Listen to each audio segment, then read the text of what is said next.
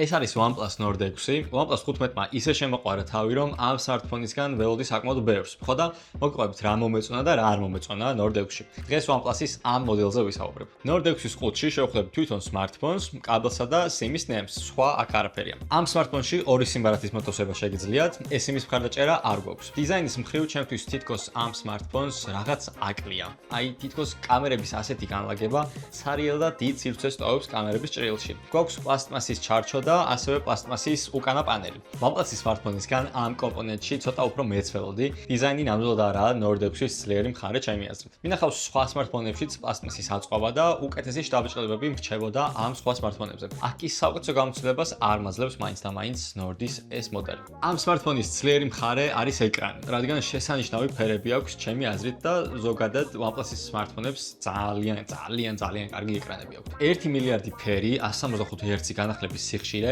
3600 ნიტი პიკური სიკაშკაშე და 6.78 ინჩი ეკრანის ზომა. 165 Hz მხოლოდ კონკრეტულ თამაშებზე მოქმედებს. აი მაგალითად Clash of Clans-ზე ხო და ძალიან სასიამოვნოა 165 Hz-ით ამ თამაშის თამაში. სხვა შემთხვევაში სტანდარტულად 120 Hz-ზე იმუშავებს ეკრანი. ეკრანზე ასევე ყუთიდანვეა გადაკრული ფიერი ნაკაწრებისგან დაცვისთვის. ასევე შესანიშნავია ეს. თითი სანაბეჭდის სკანერი ეკრანშივე გვაქვს ჩაშენებული. ხშირად მithქვამს, რომ არ მომწონს ქვემოთ როცაა განთავსებული ეს სკანერი ეკრანში და კი, აქაც ქვემოთ გვხვდება ეს დიდი სანაბეჭდის სკანერი. ძალიან გამიხარდა.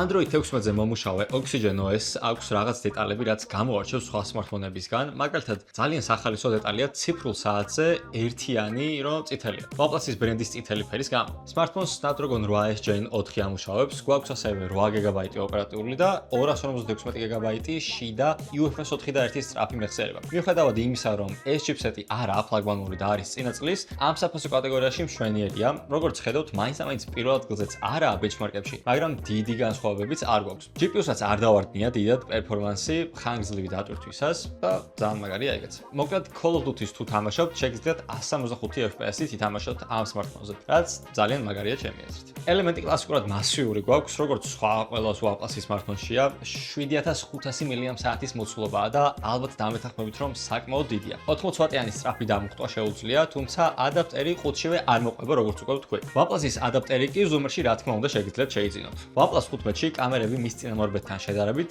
downgrade იყო და ახლაც დამაინტერესა Nord 5-სა და Nord 6 შორის რა განსხვავებები არსებობდა. ხო და გვაქვს აქაც downgrade. თავარი კამერა 6-საც და მის წინა მოდელსაც 50 მეგაპიქსელიანი აქვს, თუმცა Nord 5-ს უფრო დიდი ზომის სენსორი ჰქონდა. Ultrawide კამერა ორივეს 8 მეგაპიქსელიანია, თუმცა Nord 5-ს ავტოფოკუსი შეეძლო, ცოტათი უფრო ფართო კუთხეს გვანახებდა და ვიდეო გადაღება 120 FPS-ში შეეძლო კარგი slow motion-ისთვის. თავარი კამერას ვიდეო გადაღება 4K-ში შეუძლია 60 FPS-ით, selfie კამერა 32 მეგაპიქსელიანი გახდა და ვიდეო გადაღება 4K-ში შეუძლია 30 FPS-ით. OnePlus Nord 6-ის მთავარი მინუსები არის პირადად ჩემთვის დიზაინი და როგორ იგრძნობა ხელში და ასევე კამერები. ხოლო ძლიერი მხარეები აქვს შესანიშნავი ეკრანი, დიდი ელემენტი და კარგი წარმოდობა. OnePlus 15 არის ზუსტად იმავე საფასო კატეგორიაში გვხვდება და ვფიქრობ, ამ smartphone-ში მოგვარებულია ის მინუსები, რაც ჩემი აზრით Nord 6 აქვს. უკეთესი კამერა, უკეთესი პრემიუმ მატერიალები, როგორიცაა მეტალის ჩარჩო და შუშანარივი პლასმასის უკანა პანელი და საწყისი 12 GB-იანი ოპერატიული მეხსიერება. პირადად მე OnePlus Nord 6-ისგან ამ კომპონენტებში უფრო მეც ველოდი და OnePlus-ის სხვა მოდელმა, OnePlus 15 R-მა უფრო გასცა ჩემს კითხვების ნიშნებს პასუხი. Რაღაც თქმა უნდა, OnePlus Nord 6-ის ლინკი აღწერაში დაგხვდებათ. აუცილებლად გამოიწერეთ ზუმერის არხი, მე კი შემდეგ შეხვედრამდე დაგემშვიდობებით. ნახვამდის.